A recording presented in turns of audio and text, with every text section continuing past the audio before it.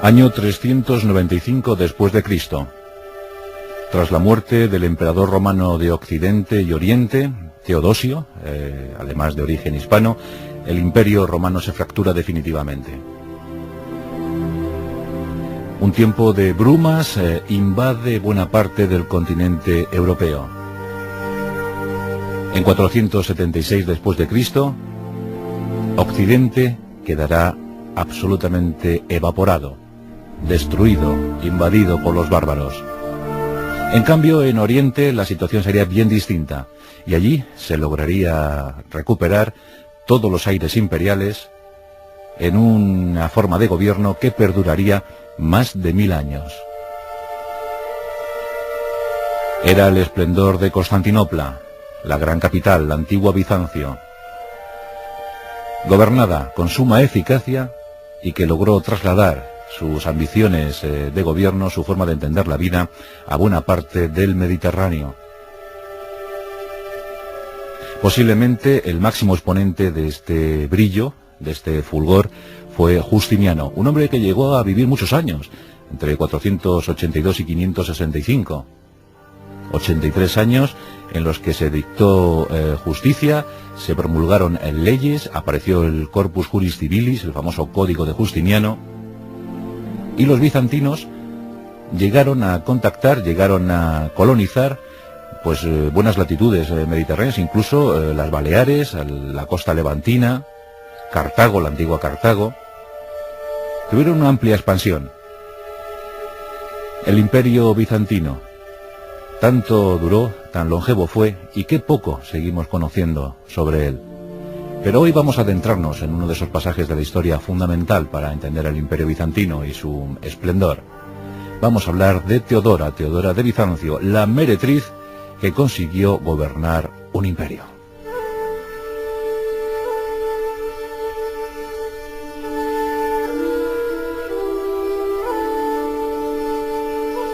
Sus exégetas todavía hoy no se ponen de acuerdo sobre la fecha exacta de nacimiento, ni tampoco sobre el lugar.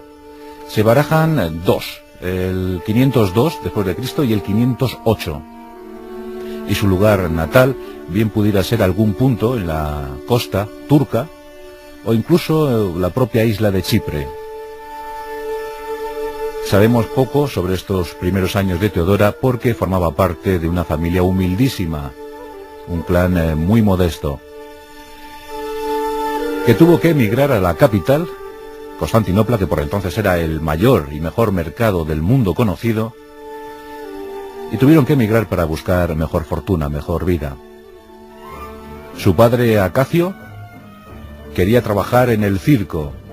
Era un hombre que venía, ya os digo, de una extracción demasiado baja, y sabía, era conocedor, que en los hipódromos, en los anfiteatros de Constantinopla, se podía conseguir un ascenso social.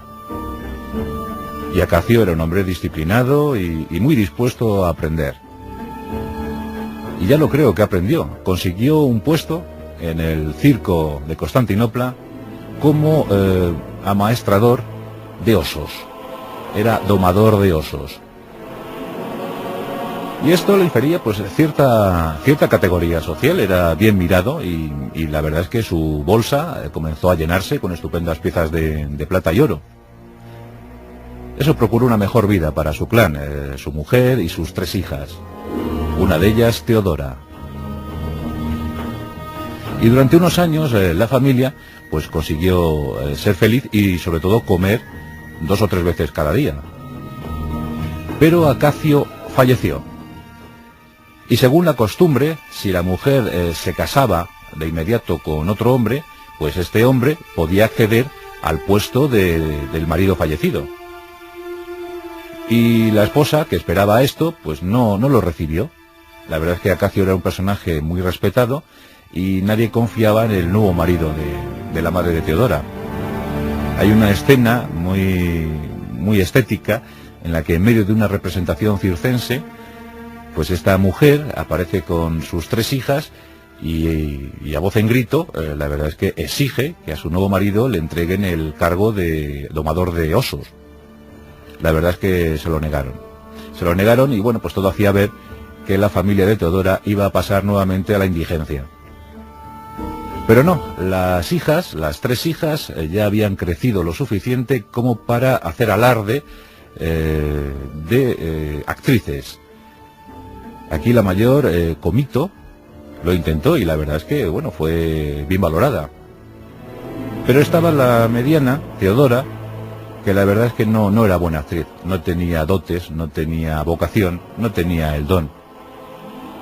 Y aunque intentó ayudar a su hermana, pues la llevaba a los taburetes, la intentaba acicalar antes de cada representación, y ella intentaba hacer sus pinitos como actriz, era joven, era adolescente, y el público pues no la aplaudió, no la dio categoría de actriz. Pero algo había en la joven Teodora que sí llamaba la atención, sobre todo del público masculino, y es que se contoneaba como nadie. La nena estaba escuchimizada, pero sabía perfectamente cómo mover cada parte de su cuerpo. Bailaba muy bien, y claro, los asistentes masculinos empezaron a fijarse en aquella jovenzuela, además muy descarada, porque contaba chistes, sucedidos, chascarrillos, muy picantones, y claro, se reían mucho con ella. Y la fiesta incrementaba la expectación cuando Teodora se despojaba de algún atuendo, de alguna prenda. Vamos, que era un pelín casquivana, que no le importaba mostrar su esmirguedo cuerpo a cambio de alguna sonrisa y sobre todo de una buena paga.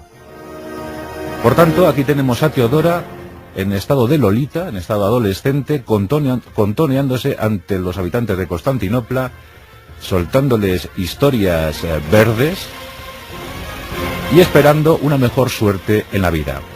La verdad es que era muy guapa, era espléndida y sabía perfectamente cómo manejar el escenario y cómo manejar a los hombres. No es de extrañar que pronto le llegaran algunas peticiones. Peticiones poco pudendas, ¿verdad? Peticiones sorprendentes de algunos hombres que querían pagar dinero, nadie se explica esto, pero querían pagar dinero por acostarse con la joven de moda. Y ella, que había pasado mucha hambre, ella que estaba siempre en estado de necesidad, sopesó la circunstancia y accedió a ser meretriz, a ser prostituta. Y cuentan las crónicas, también los maledicentes, también sus detractores como Procopio, que no reparó en gastos a la hora de criticar a Teodora y formar parte de una leyenda negra injustificada, pero bueno, el caso es que Teodora se convirtió en la prostituta mejor pagada de Constantinopla. Todos hacían fila, todos guardaban la vez para pasar un ratito, para yacer un ratito en el camastro de Teodora. Se hizo tremendamente popular. Todos querían saber de dónde se encontraban los encantos, qué secretos encerraba el cuerpo de Teodora. Decían que se movía fantásticamente bien, que conocía cosas que otras prostitutas no sabían. En fin, que fue muy solicitada, muy solícita, muy amada, pero no terminaba de encontrar el amante perfecto, aquel que la retirara de aquella vida desasosegada. Teodora seguía actuando para el público, para su público. Seguía trabajando durante la tarde y yaciendo con hombres durante la noche. Y con un prestigio más que sobrado, en compañía de 3 amigas del mismo oficio, pues montó su propia empresa. Montó su propio club de alterne. Y bueno, pues aquello era un hervidero social, cultural no tanto, pero social desde luego, muy frecuentado por los prebostes de la época. Sí que era ya muy conocida Teodora, pensaba en otras cosas, quería retirarse. Y hete aquí que conoció, con, ya os digo, pocos años, apenas tenía 16, 18 años, conoció a Ecebolo. Ecebolo era un magnate de la época, hombre de confianza del emperador, y que acababa de recibir una encomienda, acababa de recibir una misión, y esa no era otra sino la de ser gobernador de la recién conquistada provincia de Pentápolis. Eso se encontraba en África, lugar enigmático, lugar todavía por explorar, pero Ecebolo estaba dispuesto a hacerlo. Claro, para no aburrirse mucho, por si no encontraba nada, propuso a Teodora que se fuera con él. que formaran una pareja, una familia, y a Teodora se le abrieron los ojillos. Ella pensó que había llegado su gran oportunidad en este mundo infame, que por fin alguien merecedor de su cariño se había fijado en ella. Y Teodora dijo sí. Y se fue con Ecebolo, y fueron a Pentápolis. Y como es de esperar, porque Teodora era muy inquieta, ella os digo que era muy verbenera, al poco tiempo ya estaba sumamente aburrida. La vida de provincias era muy hastiante, la verdad es que no se encontraba a gusto. Y por si fuera poco, al cabo de 2 años, Ecebolo sospechó. Creyó ver en Teodora la figura del adulterio, de la adúltera. Ella estaba esperando un retoño, y Ecebolo dijo que ese retoño no era suyo.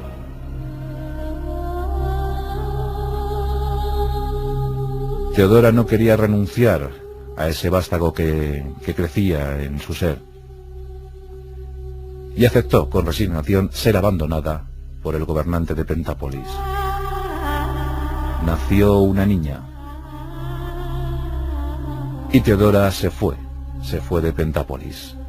Decidió asumir su destino, decidió aceptar su incierta suerte, su poco claro futuro, y se enfrentó a la vida, ella sola con su hija, y viajó hasta la ciudad de Alejandría. Alejandría, la mítica ciudad, el enclave perfecto de Egipto, en un tiempo feliz, donde esa ciudad gozaba de un ambiente multicultural, donde había miles de refugiados de una y otra nacionalidad, y más en concreto, Severo. Severo era patriarca de una corriente cristiana herética. Y lo cierto es que Severo hablaba de Jesucristo, pero no hablaba de Jesucristo como hombre, sino como absoluta divinidad.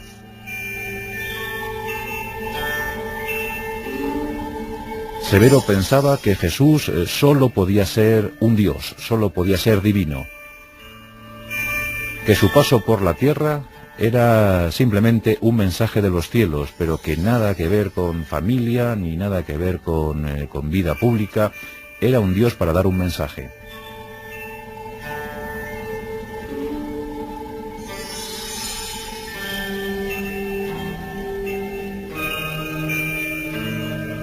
Las conversaciones con Teodora convencieron a la joven para que se sumara a su secta. Eran los monofisos. Jesucristo como Dios.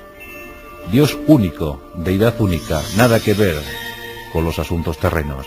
Bueno, pues Teodora se sumó a esta corriente herética y abandonó Alejandría muy convencida de su nuevo signo, de su nueva religión. Y regresó a Constantinopla. ¿Volvería a ser prostituta? ¿Volvería a trabajar como meretriz de los prostíbulos en aquella ciudad tan inmensa? No. Después de haber asumido su nueva decisión religiosa, no quería volver a frecuentar los burdeles. Eso sí, se volvió a ver con una antigua amiga, con Antonina, y esta le permitió trabajar como hilandera en su particular prostíbulo, y allí trabajó. La casualidad quiso que ese prostíbulo estuviera muy cerca de los recintos imperiales. Por entonces gobernaba el imperio Justino, tío de Justiniano, futuro emperador de Bizancio. Antonina era la amante semioficial de Belisario, el mejor general del imperio. Y Belisario, pues claro, frecuentaba aquel prostíbulo y frecuentaba mucho a Antonina. Y esta pues le habló de su amiga Teodora, casi convertida a la vida pura. Belisario, claro, reparó de inmediato en la belleza, en el cuerpo, en la tremenda personalidad de la inteligente Teodora, y la invitó a algunas fiestas. Teodora pensaba que eso no era pecado, así que decidió acudir, porque en el fondo echaba de un poco de menos su vida agitada. Así que una noche se presenta con Antonina en una fiesta, y en esa fiesta se encuentra el veteranísimo Justiniano, quien por entonces contaba con la edad de 25 años. de 45 años, muy veterano para la época y sobre todo para la aún jovencísima Teodora. El flechazo fue impresionante. Justiniano quedó rendido por los dones, por las virtudes de Teodora. De inmediato supo que esa era la única mujer a la que podía amar. Y de inmediato la propuso relaciones, pero de amor, amor total, amor pleno. Quería que Teodora fuese su amante. Pero Teodora le exigió que ella quería ser algo más que una simple amante, una simple concubina. Ella quería ser su esposa. Ella ambicionaba ser emperatriz. Justiniano estaba loco de amor, cegado por el amor. Teodora era tan bella, era tan inteligente, comentaba tan bien la actualidad, porque Teodora estaba al tanto de todo, sabía de todo, opinaba sobre todo, había tenido muchos maestros. Justiniano estaba embelesado, estaba asombrado, y decidió presentar a su novia al emperador, nada más y nada menos. Justino y su mujer Eufemia quedaron escandalizados por el asunto. Pero bueno, tú que eres mi heredero, tú que eres mi sobrino predilecto, tú que algún día ocuparás el trono de Constantinopla, el trono del imperio, ¿quieres casarte con una prostituta? Por entonces las leyes estaban muy claras en ese sentido.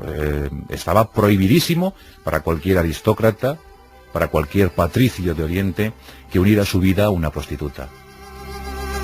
Así que Justiniano esperó pacientemente a que falleciera su tío, a que falleciera su tía, y cuando ambos ya no estaban en este mundo, y Justiniano asumía el trono del Imperio Bizantino, pues derogó la ley y elevó a Teodora a la categoría de patricia. Teodora estaba subiendo como la espuma, ya era patricia del Imperio Bizantino, y muy pronto sería la mujer del emperador. Tenía 27 años cuando alcanzó esa dignidad. Y todos pensaron que bueno, era un capricho más del emperador, que llegarían nuevas concubinas y poco más. Lo que no podían ni siquiera intuir es que Teodora iba a ser fundamental para el gobierno de aquel territorio. Pronto empezó a opinar, pronto empezó a hablar con los asesores del emperador y pronto comenzó a llevar las riendas de todo el reino, de todo el imperio.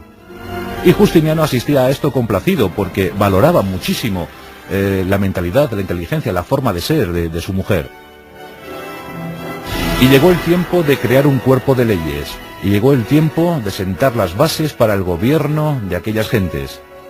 Y llegó el tiempo para la gran obra de Justiniano, el Corpus Juris Civilis, el Código de Justiniano. Bien, pues aquí intervino Teodora de forma rotunda.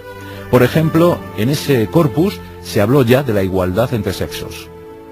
En ese corpus se valoró la posibilidad de abortar si la mujer había sido violada y no deseaba ese hijo. En ese corpus se daba el mismo trato a los hijos naturales que a los legítimos en cuanto a herencias. Esto fue un alivio para buena parte de la población porque todos se encontraban metidos en esa condición, ¿verdad? Pero es verdad, se valoró por fin a los hijos, fuera cual fuese su procedencia. También se impusieron penas para los violadores, para los proxenetas. Se prohibió la prostitución forzosa. Algo impensable para aquel siglo VI. Ya os digo que estas leyes tardaron muchas centurias en ser instituidas en diversos países llamados civilizados. Bueno, pues Teodora esto ya lo impulsó, ya lo estimuló en su época, en el siglo VI después de Cristo. Asombroso, asombroso. Pero es más, en los momentos de zozobra, porque hay que decir que Teodora también era cruel con sus enemigos, Teodora no reparaba en monedas a la hora de acabar con los enemigos políticos del imperio, pues en los tiempos duros también supo estar a la altura, supo estar al lado de su marido. Bueno, provocó el aumento excesivo de impuestos, se oprimió muchísimo a la población civil. Con esos impuestos se financiaron obras faraónicas, como por ejemplo la Catedral de Santa Sofía. Eso es asunto de Justiniano y sobre todo de su mujer Teodora, la inmensa catedral de Santa Sofía, hoy en Bulgaria. Pero además de esos impuestos, pues hubo otras lindezas, otros excesos, otros abusos que provocaron levantamientos de la población, levantamientos de la ciudadanía, principalmente en Constantinopla. El principal, el más famoso, el más resonante fue el de Nika. Nika significa victoria. Y al grito de Nika, la gente se amotinó. La gente quería derrocar a Justiniano. La situación era confusa en Constantinopla. Incluso Belisario, el general de confianza de Justiniano, llegó a organizar un plan de fuga, un plan de huida para el emperador, para que no fuera asesinado, para que no fuera torturado o humillado por las calles de Constantinopla. Justiniano estaba dispuesto a acceder a este plan de fuga. Pensaba en huir, llegar a una embarcación, buscar un lugar seguro en el Mediterráneo y luego intentar recuperar el trono. Pero en esa reunión decisiva entró Teodora. En el lugar prohibido para las mujeres entró Teodora y, levantando muchísimo la voz, increpó a su marido, diciéndole que el orgullo de un emperador era dirigir a sus súbditos, que la dignidad de un emperador era quedarse al frente de la batalla, quedarse en los momentos críticos, que un emperador jamás podía huir. Pues en ese caso, la leyenda, la vergüenza, el desastre le acompañarían toda su vida, que de esa manera no se pasaba a la historia. Justiniano, una vez más, asombrado por lo que estaba diciendo su mujer, decidió aceptar y encomendó a Teodora y a Belisario que se aplacase la ira del pueblo. Fue algo terrible porque en una sola jornada más de 20.000 habitantes de Constantinopla fueron pasados a cuchillo por las tropas imperiales. Fue un ejercicio durísimo de gobierno, de autoridad, pero el motín fue sofocado. La revuelta se paralizó de inmediato. Dicen que la verdadera artífice de aquello, la verdadera emperatriz, la verdadera protagonista fue Teodora. Son los momentos claves de la historia. ¿Qué hubiese pasado si Justiniano, tan importante para el Imperio Bizantino, hubiese huido en ese momento? Pues seguramente hoy en día no hablaríamos de un imperio de 1000 años. Así que Teodora es fundamental para la historia de Bizancio. Una ciudad que volvió a brillar, que volvió a cobrar notoriedad y que desde luego fue la gran referencia en aquel mundo, en aquel incipiente periodo de la Edad Media. En 548, Teodora contrajo una terrible enfermedad, un cáncer de mama, un cáncer de pecho que acabó con su vida. Pero según dicen, murió feliz después de haber llegado a lo más alto, desde los infiernos hasta los más notables palacios, desde los barrios, desde los tuburios, hasta la dignidad de ser emperatriz de Bizancio. Dicen que tras la muerte de Teodora, Justiniano no levantó cabeza, comenzó su declive, falleciendo en 565 abatido y muy deprimido, porque siempre recordó a la mujer de su vida, aquella que le dio amor, aquella que le inculcó valor, aquella que le supo hacer ver cómo se dirigía un imperio. Hoy rendimos homenaje a esta mujer vanguardista, feminista a ultranza, que consiguió la igualdad, que consiguió defender a la mujer y sobre todo defender las injusticias. A pesar de su dureza extrema, a pesar de su crueldad en algún punto, dio sentido a lo que un tal Maquiavelo llegó a elaborar siglos más tarde, aquello de la razón de Estado. Hoy hemos hablado de la inmensa, de la gran Teodora, aquella meretriz que llegó a dominar un imperio.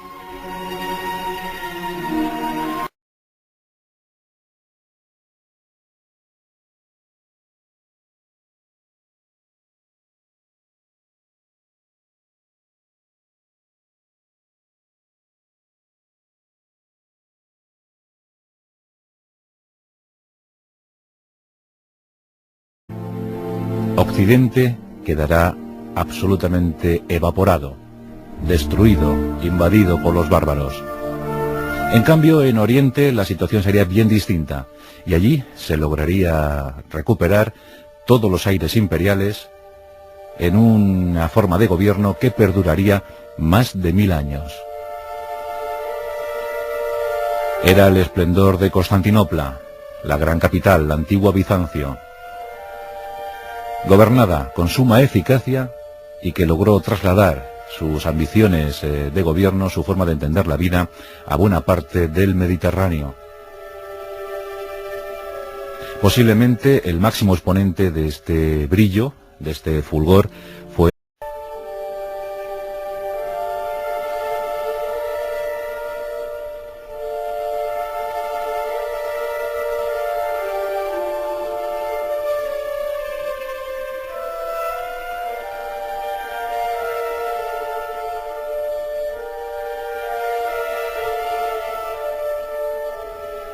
año 395 después de Cristo.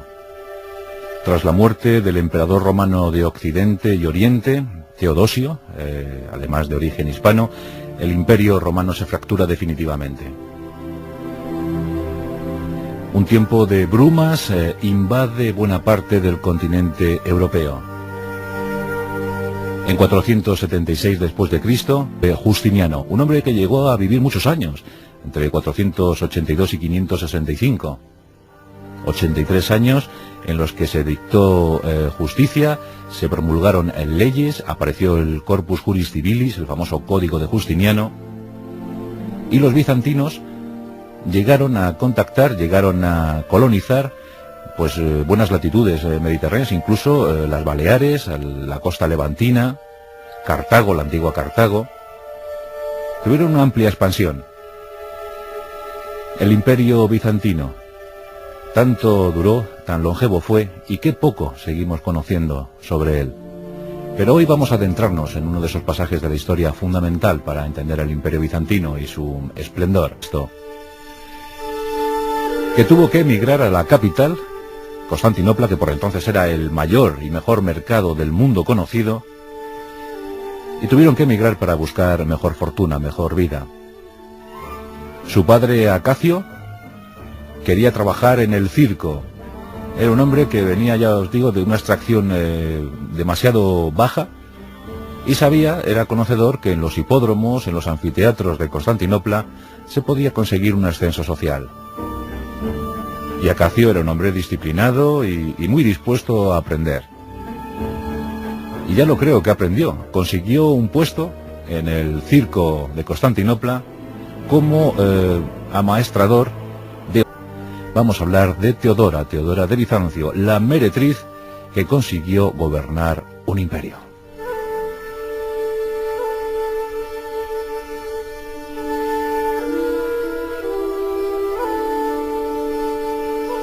Sus exégetas todavía hoy no se ponen de acuerdo sobre la fecha exacta de nacimiento, ni tampoco sobre el lugar.